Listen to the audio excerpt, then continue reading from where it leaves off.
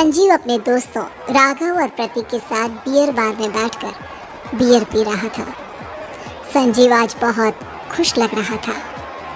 अरे यार, आज की पार्टी में तो मजा आ गया।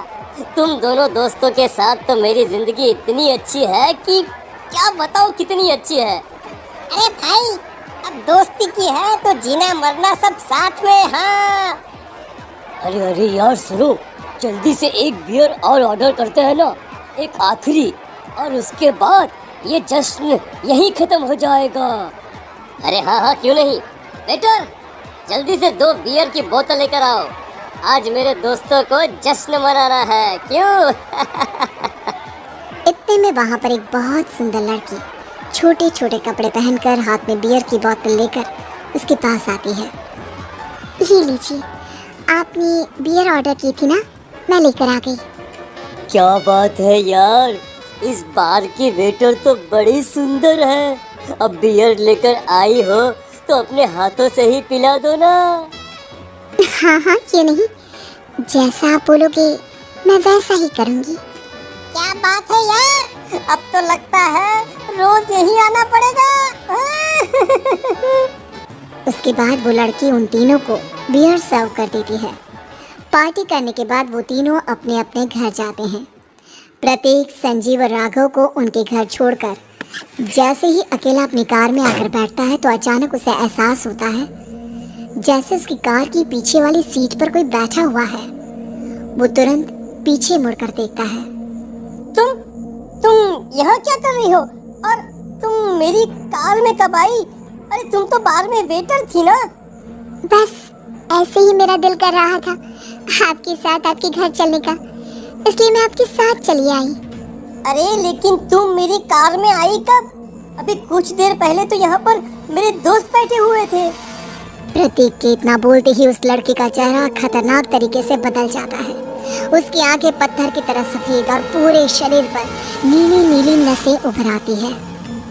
गाड़ी चलाओ, पूरी स्पीड में चलाओ, और अगर तुमने गाड़ी रोकने की कोशिश भी की तो मुझसे बुरा कोई नहीं होगा। डर की वजह से प्रतीक के पसीने छूटने लगते हैं। उसका शरीर बुरी तरह से कांप रहा था। प्रतीक बिना कुछ सोचे समझे कार को फुल स्पीड से चलाना शुरू करता है। चलते चलते वो शहर से दूर एक पहाड़ी पर पहुंच जाता है और सामने अब सिर्फ पहाड़ी का किनारा दिख रहा है, जिसे देख प्रतीक घबराकर अचानक से कार को ब्रेक लगाता है।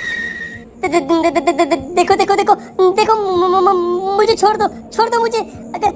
अगर मैंने गाड़ी जरा सी भी आगे बढ़ाई तो हम दोनों नीचे गिरकर मर जाएंगे। ये तो तुम्हें पहले सोचना चाहिए था ना। अब कुछ नहीं हो सकता।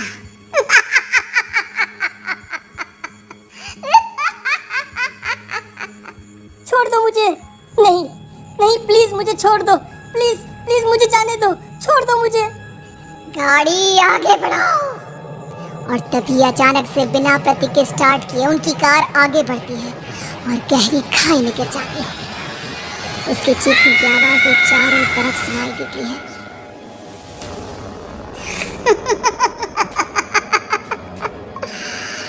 तुझे मारकर मेरे कलेजे में जल रही आग को थोड़ी शांति तो मिल गई, लेकिन अभी ये कहानी खत्म नहीं हुई।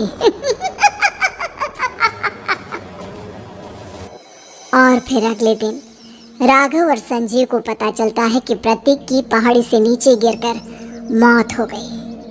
अरे कल रात की तो बात है यार, हम सब बैठकर पार्टी कर रहे थे, लेकिन मेरी एक बात समझ में नहीं आ रही। राघव शहर से इतना बाहर उस पहाड़ी पर इतनी रात को क्या करने गया था? अरे यार, वही सोचकर तो मैं भी परेशान हूँ। हम दोनों को छोड़ने के बाद तो वो सीधा अपने घर जाने वाला था, और वो आत्महत्या क्यों करेगा भाई? कल रात तक वो कितना खुश था, हमारे साथ सेलिब्रेट कर रहा था। हाँ, लेकिन पुलिस ने तो यही कहा है कि प्रतीक ने अपनी कार को जानबूझकर पहाड़ी से नीचे गिरा दिया और आत्महत्या कर ली। अरे यार संजीव, मेरी तो कुछ भी समझ में नहीं आ रहा है।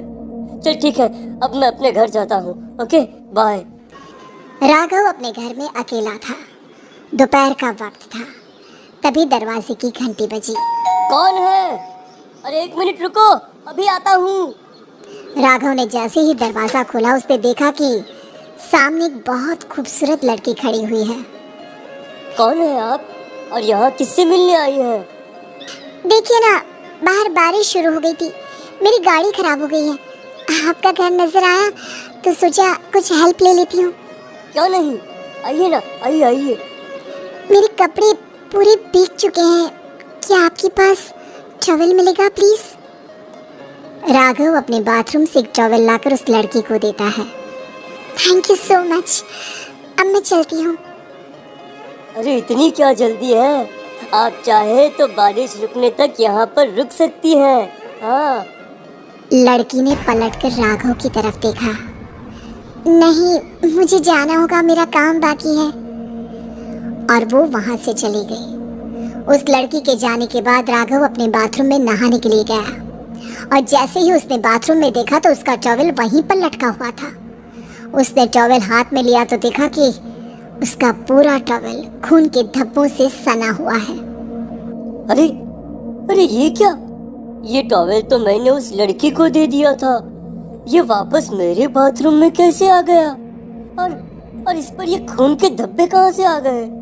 राघव ने आईने में देखा तो उसकी गर्दन पर एक बड़ा सा चाकू का कट लगा हुआ था जिससे खून बह रहा था, जिसे देख राघव के होश उड़ गए। हाँ, अरे ये क्या? मेरी गर्दन इतनी ज्यादा कटी हुई है और मुझे दर्द भी नहीं हो रहा है। ये क्या हो रहा है मेरे साथ? राघव घबराकर बाथरूम से बाहर आया और अपना मोबाइल उठाकर उसने संजीव को फोन लगाया। संजीव जल्दी से मेरे पास आ जाओ। मुझे लगता है कुछ बहुत बड़ी गड़बड़ है, जल्दी आ जाओ। उधर से आवाज आई, लेकिन वो आवाज संजीव की नहीं बल्कि एक लड़की की थी। कुछ अजीब नहीं हुआ है, बस तुम्हारी मौत तुमसे मिलने आई थी और तुम्हें मार कर चली गई। अब तुम इस दुनिया का हिस्सा नहीं हो राघव, इसलिए तुम्हें अपनी गर्दन के कटने का दर्द भी महसूस नहीं हो रहा। नहीं, ऐसा नहीं हो सकता, ऐसा नहीं हो सकता। कौन हो तुम? तुम्हारी मौत। अब संजीव के पास खबर पहुंचती है कि राघव ने अपने ही घर में चाकू से गर्दन काटकर आत्महत्या कर ली। ये सुनने के बाद संजीव के होश उड़ गए। वो पसीने से तरबतर हो गया और एक अनजाना डर अब उसके दिल को सताने लगा। संजीव के साथ ही उसका एक छोटा भाई राजीव भी रहा करता था। अपने भाई को इस तरह परेशान देखकर राजीव उसके पास आया। अरे भैया, क्या हुआ भैया? आप इतने घबराए हुए क्यों लग रहे हैं? प्रतीक और राघव की मौत, मेरा मतलब मेरी कुछ समझ में नहीं आ रहा भाई। अचानक से मेरे दोनों दोस्तों ने आत्महत्या क्यों कर ली? अरे वो तो मेरी भी समझ में नहीं आ रहा है भैया। हाँ, हो सकता है कि कोई परेशानी होगी और इसीलिए उन्होंने ऐसा किया होगा। हाँ, लेकिन दोनों की जिंदगी में एक साथ परेशानी और दोनों का इतनी खतरनाक तरीके से आत्महत्या करना, कहीं ऐसा तो नहीं मैं भी मर जाऊंगा? अरे आप ऐसी बातें क्यों कर रहे हैं भैया? वैसे ही मैं इतना परेशान हूँ।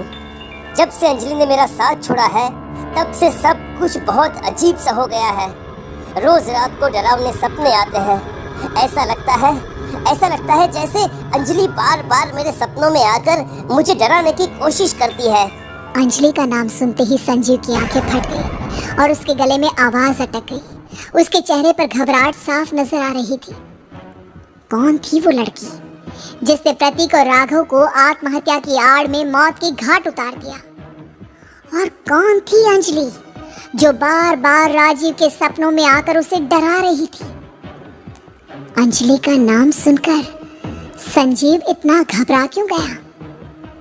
इन सवालों के जवाब जानने के लिए देखिए इस खतरनाक। ऐसी और कार्टून वीडियो के लिए लाइक और सब्सक्राइब करें और बेल आइकन को ऑल पर करना ना भूलें।